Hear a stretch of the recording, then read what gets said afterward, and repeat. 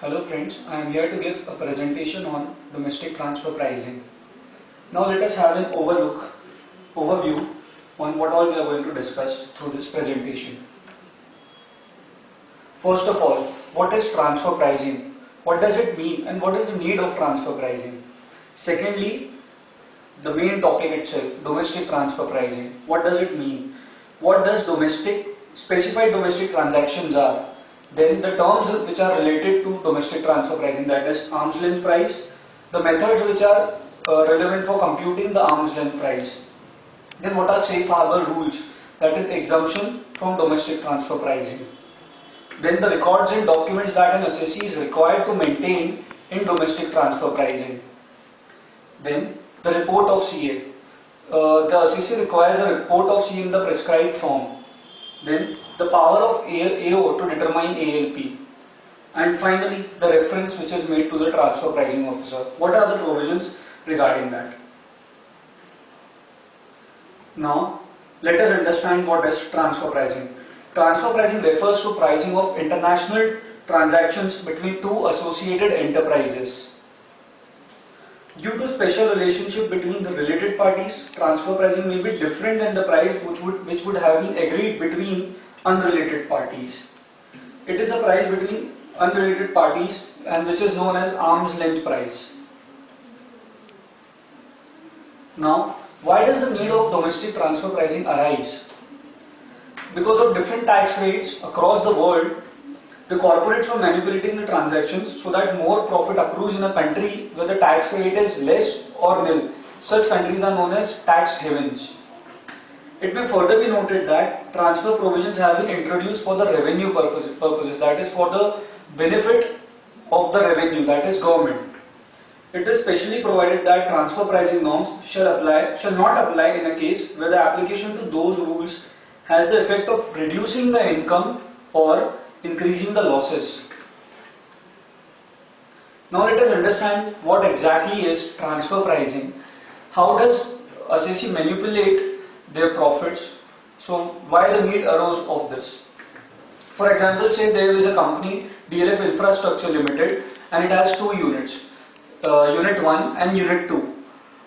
Unit 1 is engaged in infrastructure and Unit 2 is a finance unit. Now, as I said, Unit 1 is a infrastructure unit, so it is eligible for exemption under Section 80IA, and hence it is eligible to get 100% exemption. So now Unit 2 gave a loan to Unit 1 at a rate say 6%, and the market rate was 15%, say. So the difference is of 9%.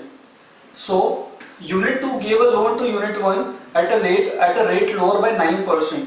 So Unit 1 is able to have a gain of 9 crores. Say the loan was of 100 crores. So Unit 2 is able to gain 9 crores. As I said that Unit 1 is going to get 100% exemption.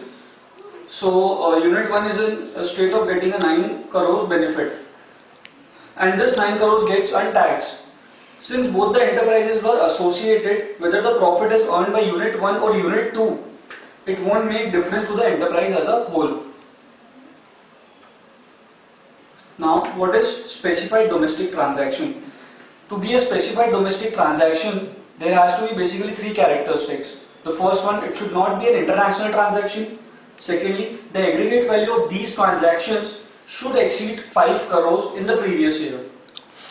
Third, the transaction pertains to the following: expenditure to specified person under Section 40A2 or income or expenditure, allowance or expenses referred in Section 80A, 80IA or 80IE or 10AA.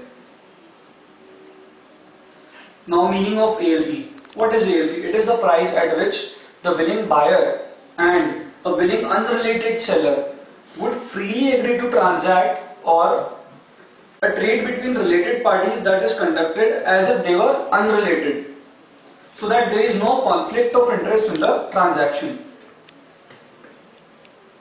Now, what are transfer pricing methods? Basically, there are 5 transfer pricing methods, and these are 5 methods in general. But apart from this, CBDT में notify the SSE that you have to calculate your arm's length price according to this method. But in general, there are 5 methods. Cup method, that is comparable, uncontrolled price method, RPM method, retail price method, then cost plus method CPM, profit split method PSM, and TNMM, transaction net margin method.